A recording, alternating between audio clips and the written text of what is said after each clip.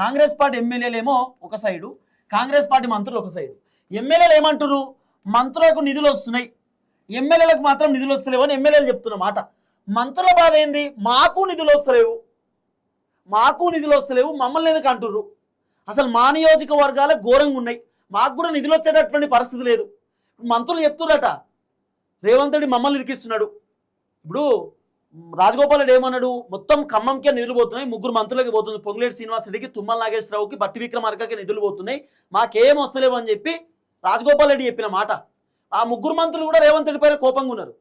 రేవంత్ రెడ్డి మాకు ఇచ్చింది లేదు, ఏం చేసింది లేదు, అనవసరంగా మేము బ్లేమ్ అవుతున్నాం, ఈ రేవంత్ రెడ్డి ఏమో నిధులు ఇస్తలేడు, అనవసరంగా ఎమ్మెల్యేలు మమ్మల్ని అంటారు అని చెప్పి ఆఖరికి మంత్రులు కూడా ఫీల్ అవుతారు, మంత్రులు కూడా అంత పరిశాన్ అవుతారు.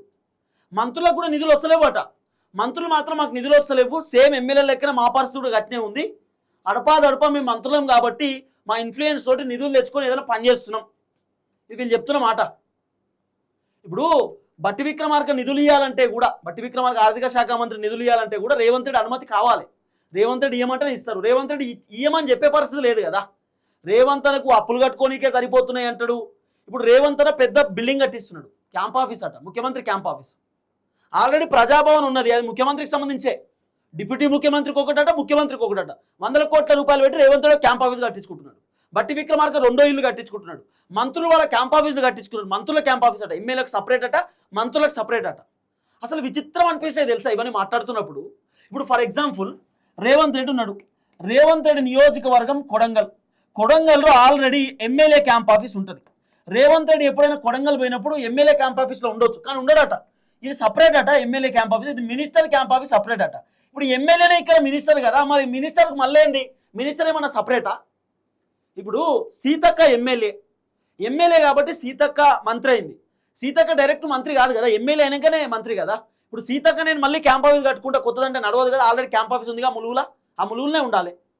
ఇట్లా మాట్లాడకూడదు. పొన్నమన్న ఎమ్మెల్యే గెలిచి తర్వాత మంత్రి అయ్యిండు. ఇప్పుడు పొన్నమన్న నేను ఆ క్యాంప్ ఆఫీస్ వద్దు, నాకు మంత్రి క్యాంప్ ఆఫీస్ అంటే మంత్రికి సపరేట్ ఉంటుంది, ఎమ్మెల్యేకి సపరేట్ ఉంటుందా?